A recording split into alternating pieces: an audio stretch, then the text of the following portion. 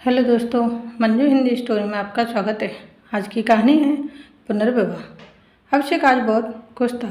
उसकी पत्नी आशा ने बेटी को जन्म दिया है। दोनों ने पहले से ही उसका प्यारा सा नाम भी चयनित कर लिया था, आकांक्षा। वैसे बेटा होता तो एक नाम उसके लिए भी चयनित था। अभिषेक और आशा ने प्रेम विवाह किया है। उनका आपस में प्रेम बंधन में जुड़ना एक संयोग ही कहा जाएगा। अभिषेक जिस रूट की मेट्रो ट्रेन से अपने ऑफिस जाता था, उसी रूट की मेट्रो ट्रेन से आशा भी अपने स्कूल जाती थी। वह एक पब्लिक स्कूल में अध्यापिका थी।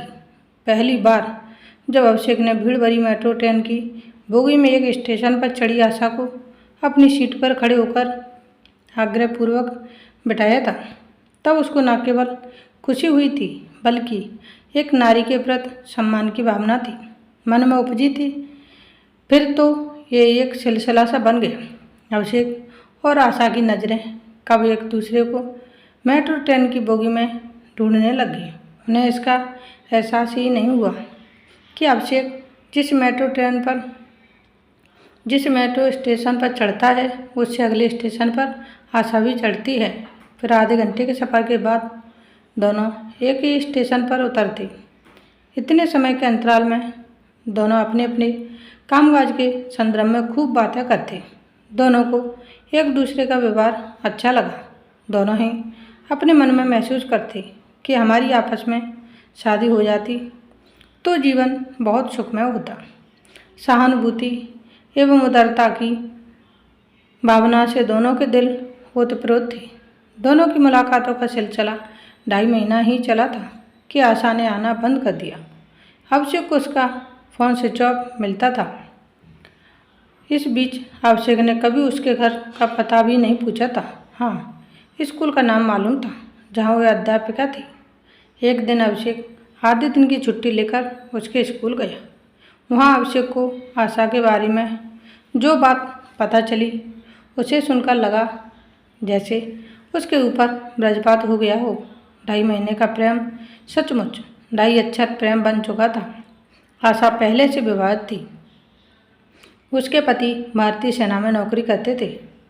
2.5 महीने पहले जब अभिषेक से आशा की पहली भेंट हुई थी मेट्रो ट्रेन में, तो उसके पति सीमा पर दुश्मनों से मुठभेड़ में शहीद हो गए थे। आशा उस समय दुखी और कमज़ोर सी दिखी उसे, और उसने अपनी सीट से उठकर उससे बैठ जाने का आग्रह किया था। उसने अपने पति के शहीद हो जाने की बात अभिषेक से उस समय कभी नहीं बताई। अपने जीवन के दुख को बताकर शायद वह अभिषेक के हंसते मुस्कुराते चेहरे को गमगीन नहीं बनाना चाहती थी। फिर तो ये सब बातें जानकर अभिषेक ने अपने मन में एक फैसला लिया। वह आशा को अपना जीवन संगिनी जरूर बनाएगा, भले ही वो विधवा हो चुकी हो और उसकी कोख में उसके शहीद हो चुके पति का प्यार पल रहा है। वह आने वाले बच्चे को पिता के रूप में अपना नाम देकर उसका भविष्य उज्जवल करेगा। अभिषेक ने स्कूल से आशा के घर का पता ले लिया था। वह अब और इंतजार नहीं कर सकता था। शीघ्र ही वह उसके घर पहुंच गया था। आशा उससे मिलकर कुछ भी कह पाने में अपने आप को असमर्थ महसूस कर रही थी, परंतु जब अभिषेक ने उसे अपनी जीवन संगिनी बनाने की इच्छा जताई तो वह मन ही मन पुलकित हो उठी। उसे भी अपने लंबे जीवन को संभालने के लिए जीवन साथी की जरूरत पड़ेगी। अभी ना सही, भविष्य में शादी तो करनी ही पड़ेगी। अभिषेक से हुई पहली मुलाकात में उसके दिल में खुशियों के फूल खिले तो थे, लेकिन उन 2.5 महीनों में अपने पति के शहीद हो जाने के गम से उबर नहीं पाई थी। अपने चेहरे पर मुस्कुराहट तक नहीं ला सकी। वह आशा अपने परिवार में सबकी सहमति से अभिषेक के साथ परिणय सूत्र में बंध गई। 2.5 अक्षर प्रेम का पुष्प उन दोनों के दिलों में सुवासित हो चुका था। आज की छोटी सी कहानी यही समाप्त होती है।